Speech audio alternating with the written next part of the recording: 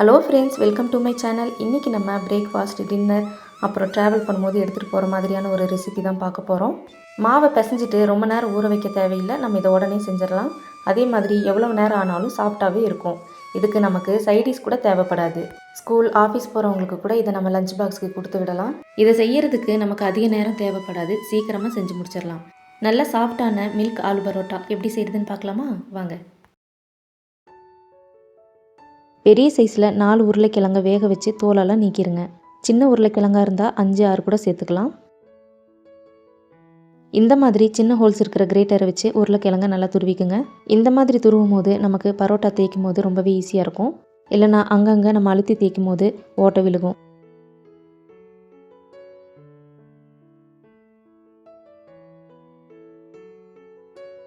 உருளைக்கிழங்க துருவினதுக்கப்புறமா 1 டீஸ்பூன் சீரகம் சேர்த்துக்குங்க. 1/2 டீஸ்பூன் சில்லி ஃப்ளேக்ஸ் சேர்த்துக்குங்க. இதில் கொஞ்சமாக கொத்தமல்லி இலையை சேர்த்துக்குங்க.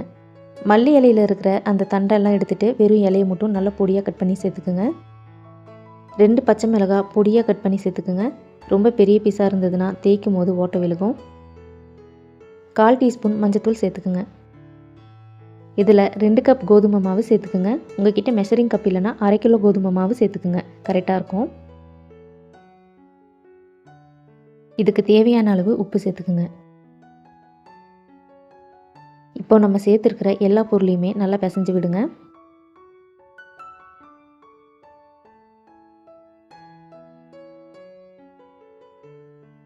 நல்லா பிசைஞ்சதுக்கப்புறமா வெதுவெதுப்பான பால் 1/2 கப் சேர்த்துக்குங்க. நீங்கள் சேர்த்துருந்த உருளைக்கிழங்குல இருக்கிற அந்த ஈரப்பதத்திலேயே மாவை முழுசாக பிசைஞ்சு முடிச்சிட்டிங்கன்னா பால் சேர்த்த தேவையில்லை. மாவு இந்த மாதிரி ட்ரையாக இருந்தால் மட்டும் பால் இல்லைன்னா தண்ணி சேர்த்து பிசைங்க. ஒவ்வொரு சமயம் உருளைக்கிழங்குல மாவு பிசையும் போது நமக்கு மாவு ரொம்ப லூஸாக போயிடும். அப்போ நீங்கள் 1/4 கப் மாவு இல்லைன்னா ஒரு 1/2 கப் மாவு சேர்த்து பிசைஞ்சுக்குங்க. இப்போது இந்த மாவு நமக்கு சப்பாத்தி மாவை விட கொஞ்சம் சாஃப்டாக வேணும். மாவு பிசைஞ்சு முடிகிற வரைக்குமே நான் பால் தான் சேர்த்துக்க போகிறேன். உங்களுக்கு பால் வேண்டாம்னு நினச்சிங்கன்னா நீங்கள் தண்ணி சேர்த்து கூட பிசைஞ்சுக்கலாம். இதை நல்லா பிசைஞ்சதுக்கப்புறமா பார்க்கலாம். மாவு ரொம்ப லூஸாகவும் இருக்கக்கூடாது, ரொம்ப இறுக்கமாகவும் இருக்கக்கூடாது. இந்த அளவுக்கு சாஃப்டாக இருக்கணும். அதே மாதிரி கையில் தொட்டோம்னா கையில் ஒட்டக்கூடாது. இதை நம்ம ரொம்ப நேரம் ஊற வைக்கணும்னு அவசியம் இல்லை, உடனே நம்ம செய்ய ஆரம்பிச்சிடலாம். உங்களுக்கு பரோட்டா எந்த சைஸில் வேணுமோ அதுக்கு தகுந்த மாதிரி மாவு உருண்டை பிடிச்சிக்கோங்க. இந்த மாதிரி மாவெல்லாம் உருண்டை பிடிச்சதுக்கப்புறமா உங்களுக்கு வேணுங்கிற மாவை எடுத்துகிட்டு மீதி இருக்கிற மாவை ஈர துணி இல்லைன்னா மூடி போட்டு மூடி வச்சுருங்க. வேணும் போது வெளியே எடுங்க, இல்லைன்னா காஞ்சி போயிடும். இப்போது காஞ்ச மாவை கொஞ்சமாக தூவிட்டு இப்போ நீங்கள் பரோட்டா தேய்க்க ஆரம்பிச்சிடலாம். உங்களுக்கு எந்த அளவுக்கு மெல்லிசாக தேய்க்க முடியுமோ அந்த அளவுக்கு தேய்ச்சிக்கோங்க.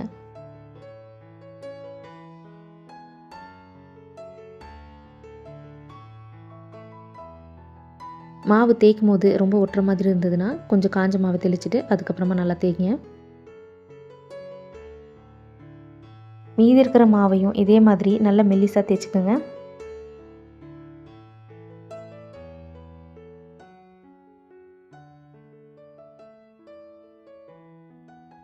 அடுப்பில் ஒரு சப்பாத்தி கல் வச்சுட்டு அதில் கொஞ்சமாக எண்ணெய் தடவிக்குங்க. சப்பாத்தி கல் நல்லா சூடானதுக்கப்புறமா நம்ம தேய்ச்சி வச்சுருக்கிற பரோட்டாவை இதில் சேர்த்துருங்க. கல் நல்லா சூடானதுக்கப்புறமா இந்த மாதிரி சேர்த்துருங்க. இப்போ இந்த மாவு கொஞ்சம் வெந்ததுக்கப்புறமா திருப்பி விடுங்க.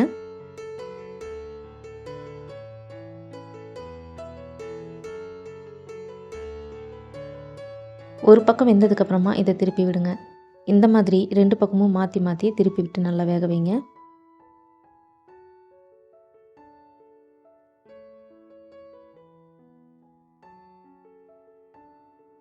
ரெண்டு பக்கமும் நல்லா வெந்ததுக்கப்புறமா நெய் இல்லைன்னா பட்டரை நல்லா உருக்கிட்டு இதுக்கு மேலே தடவி விடுங்க. இதுக்கு பதிலாக நீங்கள் எண்ணெயை கூட தடவிக்கலாம்.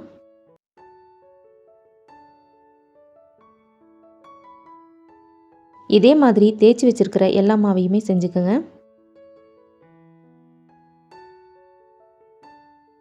இந்த பரோட்டாவை டின்னர், பிரேக்ஃபாஸ்ட்டுன்னு நீங்கள் எதுக்கு வேணாலும் செஞ்சுக்கலாம். இதுக்கு சைடிஷாக முட்டை தொக்கு, சிக்கன் கிரேவி, மட்டன் கிரேவி இந்த மாதிரி செய்யலாம். அப்படி இல்லைனா எல்லா வகையான சட்னியுமே இதுக்கு ரொம்பவே சூப்பராக இருக்கும். நீங்கள் ரொம்ப லாங் ட்ரிப்பு போகிறீங்க இல்லைனா ஊருக்கு போகும்போதெல்லாம் இந்த மாதிரி செஞ்சு எடுத்துகிட்டு போயிடலாம். நம்ம எப்படி செய்கிறோமோ அதே மாதிரி சாஃப்டாக இருக்கும். இந்த ரெசிபி பிடிச்சிருந்தா செஞ்சு பார்த்துட்டு எப்படி இருக்குன்னு கமெண்ட்ஸில் சொல்லுங்கள். மறக்காமல் உங்கள் ஃப்ரெண்ட்ஸ் அண்ட் ஃபேமிலிக்கும் ஷேர் பண்ணிவிடுங்க.